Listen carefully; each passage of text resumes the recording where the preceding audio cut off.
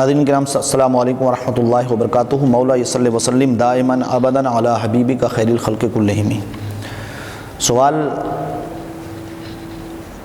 سیرت کے تعلق سے ہی ہے۔ یقیناً قرآن نے فرمایا لقد کان لکم فی رسول اللہ اسوۃ حسنہ، کہ اے لوگو نبی پاک کی زندگی تمہارے لیے دستور عمل ہے، دستور حیات ہے، دستور زندگی ہے۔ آپ زندگی کے جس موڑ پر، جس پہلو پر، جس زاویے پر پیارے مصطفیٰ کی سیرت کو دیکھیں گے وہ آپ کی رہنمائی کرتی نظر آئے گی۔ سوال یہ ہے کہ دسترخوان پر، یعنی جب کھانا ہم کھاتے ہیں، کھانا کھانے میں فروٹس پہلے کھانا چاہیے کہ بعد میں کھانا چاہیے؟ لوگوں کی عادت ہوتی ہے، بہت سارے لوگ کھانے سے پہلے فروٹس کھاتے ہیں، بہت سے لوگ کھانے کے بعد کھاتے ہیں، اور میں نے تو سنا یہ ہے کہ اہل عرب کھانے کے بعد کھاتے ہیں۔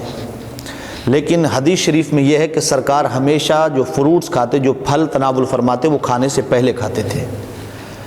اس کی وجہ بھی بتائی گئی، اور آج اس پر ایک آسٹریلیا کی بہت بڑی یونیورسٹی نے ریسرچ کیا ہے۔ آقا کریم صلی اللہ علیہ وسلم نے فرمایا کہ جب کھانا کھاؤ اور کھانے سے پہلے اگر پھل ہیں تو پہلے کھا لو۔ کیوں؟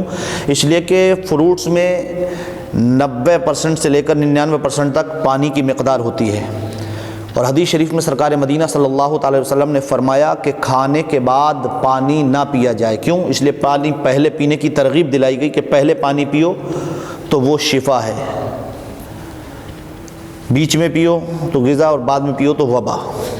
تو پہلے پانی سرکار خود نوش بھی فرماتے تھے۔ فرمایا گیا کہ کھانا کھانے بیٹھو تو پہلے پانی پی لو، تاکہ پانی سے آپ کا کچھ پیٹ بھر جائے، جس سے آپ کے پیٹ میں کچھ کھانا کم جائے جو آپ کے معدے کے لیے سلامتی اور آپ کی صحت کے لیے سلامتی والا بنے گا۔ اس لیے جب کھانا پیٹ بھر کھا لیا جائے اور اس اوپر سے پھر پانی پیا جاتا ہے تو اس میں بہت ساری خرابیاں ہیں۔ کیوں؟ اس لیے کہ آج جو سرکار نے فرمایا کہ کھانے کے بعد پانی نہ پیا جائے، لیکن آج اس حدیث پر جب ریسرچ ہوتا ہے تو میڈیکل سائنس کہتا ہے کہ ہاں، جب کھانا کھا لیا جاتا ہے اور کھانے کے بعد اگر پانی پیا جاتا ہے تو جو آپ نے کھانا کھایا، کھانے کے اندر جتنے فیٹس، جتنی چربی اور جتنے پروٹین ہوتے ہیں وہ سب کے سب پانی کے ذریعے آپ کے معدے سے نکل کر معدے کے اوپر والے حصے میں آ جاتے ہیں، اور پھر آپ کا جو وہ کھانا تھا، جو آپ نے کھایا تھا، وہ چھوٹی آنت کے ذریعے نظام انہضام کی طرف چلا جاتا ہے، اور وہ جو پروٹین وغیرہ تھے وہ سب اوپر کے حصے پہ لگے رہ گئے، فیٹس وغیرہ۔ پھر اس کے بعد وہ ان کے ذریعے آپ کے معدے کے اندر، پیٹ کے اندر بدہضمی بھی پیدا ہوتی ہے، اسی کے ذریعے بہت سارے طریقے کے گیسز آپ کے باڈی کے اندر، آپ کے پیٹ کے اندر، آپ کے معدے کے اندر بن جاتے ہیں۔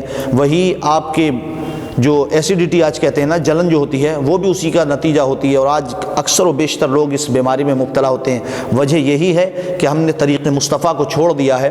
آقا کریم صلی اللہ علیہ وسلم نے ارشاد فرمایا ایک حدیث پاک میں کہ اگر آدمی کو پانی کی حاجت زیادہ ہو، بہت زیادہ لگتی ہو کھانے کے بعد، تو فرمایا کہ صرف چند گھونٹ، یعنی 1-2 گھونٹ پی کر جس سے کہ اس کو تسلی ہو جائے پی لے، لیکن اس کے بعد کم سے کم روٹی کا ایک سادہ لقمہ کھا لے، تاکہ وہ جو پانی آپ نے پیا ہے، پھر روٹی اوپر سے جانے کے بعد جو وہ فیٹس وغیرہ، جو پروٹین اندر ہیں، اس کو دبا کر پھر آپ کے معدے کے اندر رکھے، اور وہ پھر آپ کے کھانے کے ساتھ نظام کی طرف، وانتوں کی طرف چلے، جو آپ کی صحت کا راز بنتا ہے، جو آپ کی صحت کے لیے کارگر ہوتا ہے۔ اس لیے ناظرین کرام، سرکار مدینہ صلی اللہ تعالی وسلم کی جو سنت مبارکہ ہے وہ یہی ہے، آپ کا طریقہ یہی تھا کہ جب آپ کھانا تناول فرماتے اور دسترخوان پر اگر فروٹس ہوتے تو سرکار اسے پہلے تناول فرماتے، اور پہلے ہی تناول فرمانے کا طریقہ ہمیں بتایا۔ اس لیے ہمیں چاہیے کہ اگر ہم کبھی اس طرح کا معاملہ ہے کہ ہمارے دسترخوان پر اللہ نے گھر میں وسعت دی ہے اور فروٹس ہیں، تو ہمیں چاہیے کہ ہم پہلے کھائیں، پانی پی لیں، پھر فروٹس کھا لیں، اس کے بعد کھانا کھائیں، تاکہ سرکار کی سنت بھی ادا ہو جائے اور ہماری صحت کا جو طریقہ ہمیں پیارے نبی نے بتایا اس پر بھی عمل ہو جائے۔ اللہ تبارک و تعالی ہمیں آپ کو سب کو عمل خیر کی توفیق عطا فرمائے، اور پیارے نبی کی زیادہ سے زیادہ سنتوں پر عمل کرنے کی توفیق عطا فرمائے۔